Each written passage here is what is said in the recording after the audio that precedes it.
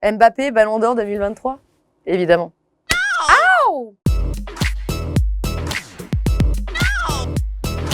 C'était comment le Qatar? C'était bien, j'ai trouvé que les stades étaient beaux. Bon, évidemment, ils sont tout neufs, donc ils pouvaient que être beaux. J'ai vu le match France-Tunisie, donc j'ai vu le pire match de l'équipe de France. Mais sinon, j'étais contente de voir le Brésil. Je suis pour la France à 100%, mais le Brésil, c'est ma deuxième équipe préférée. Si tu avais été Didier Deschamps, à quoi aurait ressemblé ta composition? J'aurais peut-être mis à droite un joueur qu'il a pas sélectionné qui s'appelle Simakan. Didier, t'avais quand même fait des petites erreurs dans ta liste. T'as pas mis de latéraux et ça, c'est grave. En tant qu'ancienne latérale, je te pardonne pas ça.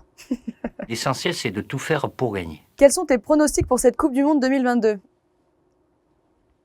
France-Brésil en finale. Hein. Retenez bien. Quelle équipe a réussi à se démarquer lors de cette Coupe du Monde? Je dirais les États-Unis. Ça me fait rire parce qu'en fait, le football, c'est le soccer là-bas. C'était féminin avant d'être masculin. Donc en fait, là-bas, les garçons qui faisaient du foot, c'était genre...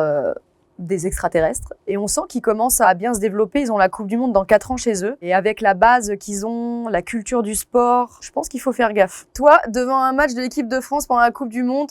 Oh, mais putain, mais non!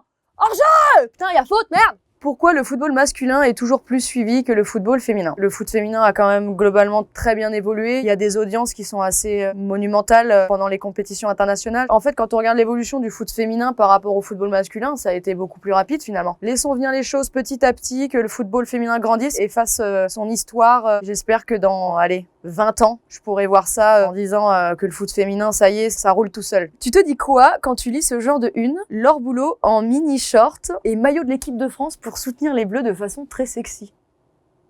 Je pense que je suis plutôt du genre pudique, on va dire, sur mes réseaux sociaux. On appelle ça des putaclics, donc c'est pas très cool. En plus, je suis habillée d'une façon féminine, normale. J'aime pas trop ce genre de phrases. Pour la première fois cette année, une femme a arbitré une rencontre de Coupe du Monde masculine. On avance. C'est bien que les femmes s'imposent de plus en plus dans des milieux dits masculins, mais c'est surtout s'imposer dans un monde masculin, mais en le faisant bien. Et en l'occurrence, Stéphanie Frappart le fait très bien, avec beaucoup de compétences, et c'est bien ça le plus important. C'était comment de présenter ta première émission? J'ai présenté une émission qui s'appelle le Big Five sur Canal+, évidemment. C'est une émission où on partage nos expériences d'anciens joueurs de foot, et je dois avouer que j'ai été ultra stressée. J'observe beaucoup ceux avec qui je travaille, et notamment Hervé Matou, qui est un peu la Champions League de la présentation.